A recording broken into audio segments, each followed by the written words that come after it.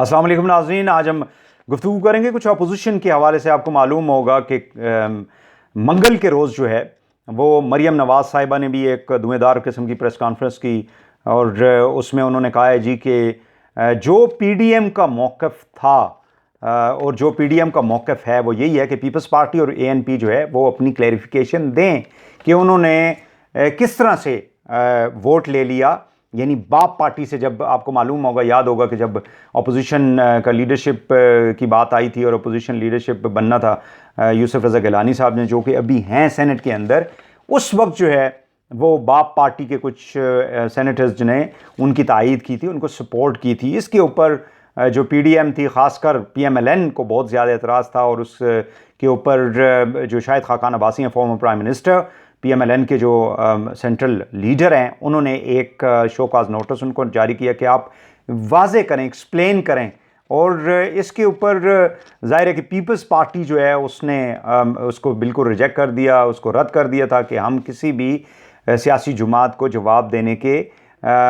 यानी हमारी ज़िम्मेदारी नहीं है कि हम जवाब दें या हम जवाब नहीं देंगे। और मौलाना फजल रहमान जो हैं वो, उन्होंने भी शहबाज शरीफ साहब से हाल ही में मुलाकात की लाहौर के अंदर। उसके बाद प्रेस कॉन्फ्रेंस करते हुए उन्होंने कहा जी कि पीपल्स पार्टी और एएनपी को अपनी पोजीशन जो है उसको क्लियर करना होगा और जो 29 मई को इजलास होने जा रहा है पीडीएम का, उसमें पीपल्स पार्टी और एएनपी जो है उनको मदऊ नहीं किया जा रहा। लिहाजा इसका मतलब ये हुआ कि जो पीडीएम कुछ माह पहले एक बहुत बड़ी स्ट्रॉन्ग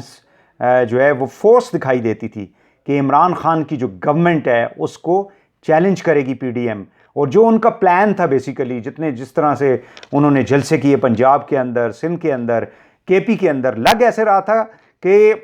पीटीआई की और इमरान खान की हुकूमत जो है उसकी बुनियादों को हिला देगी। लेकिन बाद में हमने देखा कि जब सेनेट के इंतखाबात आए और सेनेट के चेयरमैन की जो चुनाव की बात आई और अपोजिशन लीडर की चुनाव की जब बात आई, तो वहाँ पे आके मामलात गड़बड़ हो गए। और यहाँ तक गड़बड़ हो गए कि अभी पीडीएम जो है वो एक स्ट्रेंथ के बजाय वीकनेस को रिफ्लेक्ट करती है। यानी अपोजिशन का काम ये होता है कि हुकूमत की जितनी भी पॉलिसीज़ हैं, फैसले हैं, उनके ऊपर कड़ी नज़र रखे और एक मुश्तरका लाए अमल उसके ऊपर होना चाहिए। लेकिन पीपल्स पार्टी और पीएमएलएन के अंदर जो एक हमें डिफरेंसेस दिखाई देता है या ट्रस्ट डेफिसिट दिखाई देता है, यानी एतमाद की कमी जो है वो यही है कि पीएमएलएन, पीपल्स पार्टी का ये मौक़िफ़ है कि पीएमएलएन पीडीएम को इस्तेमाल कर रही थी अपने केसेस से बचने के लिए, या नवाज शरीफ साहब जो भी किसी पाकिस्तान के अंदर कुव्वत के साथ कोई अपने मामलात को तय करने के लिए सारा कुछ कर रही थी। एक मौक़िफ़ ये पाया जाता है। और दूसरा ये है कि जो केसेस उनके ख़िलाफ़ चल रहे हैं या उनको जो स्पेस नहीं मिल रही सियासत के अंदर, पाकिस्तानी पार्लिमानी सियासत के अंदर, उसको नवाज शरीफ साहब और मरियम साहिबा और साथ उनको मिला के मौलाना फजल रहमान साहब को वो लेना चाहते, क्योंकि आपको मालूम है तीनों जो हैं वो पार्लिमानी निज़ाम से बाहर हैं। इसका मतलब ये हुआ कि पीडीएम, जो कि लग ये रहा था कि शायद जो पीपल्स पार्टी और पीएमएलएन के जो डिफरेंसेस हैं उनको दूर कर पाएगी, और मौलाना साहब जो कि कहा यह जाता है कि बहुत ही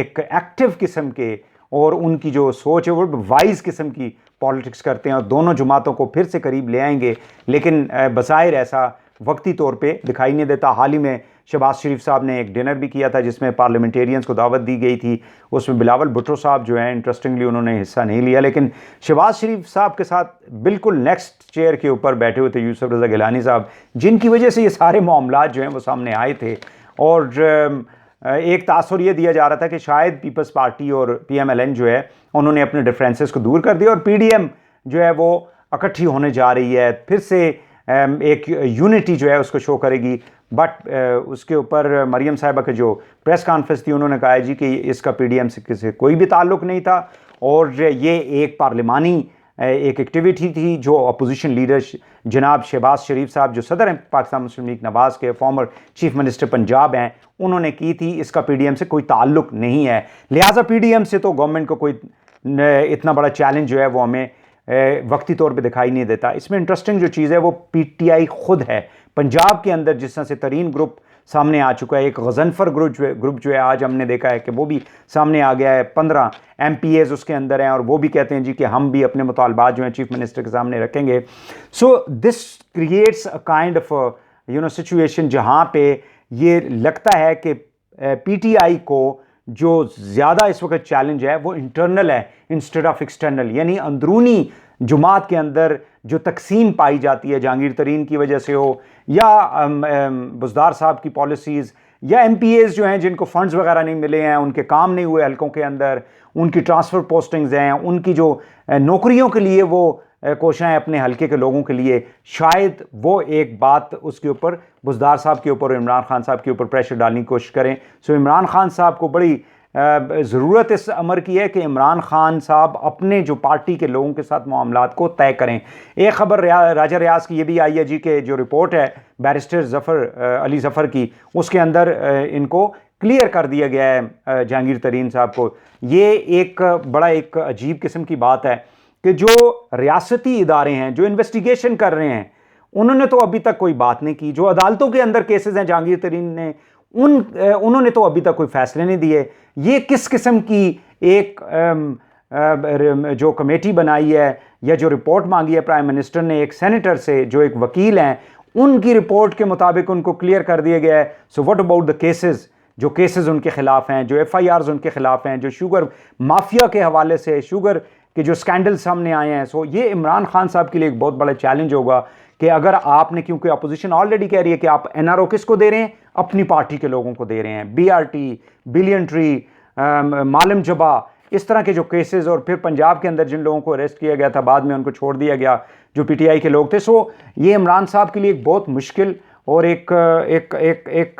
चैलेंजिंग किस्म का फैसला होगा कि क्या जहांगीर तरीन की जो ऑन गोइंग केसेस हैं उनको आप शट और क्लोज ट्रांजैक्शन कहते हैं, या अपोजिशन को जिस तरह से आप कहते हैं एहतसाब के अमल में उनको आना चाहिए। जहांगीर तरीन भी तो पिछले बड़े अरसे से सियासत के अंदर हैं, मुख्तलिफ हुकूमतों में वो वज़ीर रहे हैं। सो ये एक काफ़ी मुश्किल काम होगा PTI की लीडरशिप इमरान खान साहब के लिए। सो इंटरनल जो चैलेंजेस हैं PTI के लिए, शायद वही उनके लिए मसाइल आगे चल के